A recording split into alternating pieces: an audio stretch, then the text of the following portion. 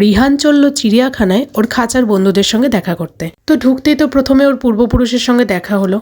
তারপরে যে ওরা দুজনে মিলে কি খুনসুটি গল্প করলো ওরাই জানে, কি ভাষায় কথা বললো ওরাই বোঝে। এরপরে দেখা হলো কুমির মামার সঙ্গে। ওরে বাবা, খেয়ে দিয়ে গতরখানা করেছে দেখো, হাঁটতেই পারছে না।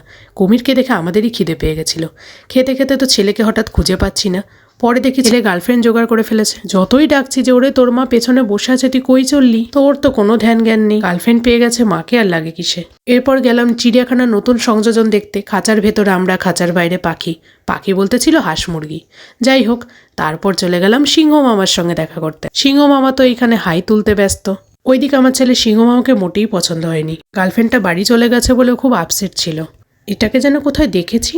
ও হ্যাঁ, সকালবেলা ঘুম থেকে উঠে আয়নার সামনে দাঁড়ালে তো প্রতিদিনই একে দেখতে পাই।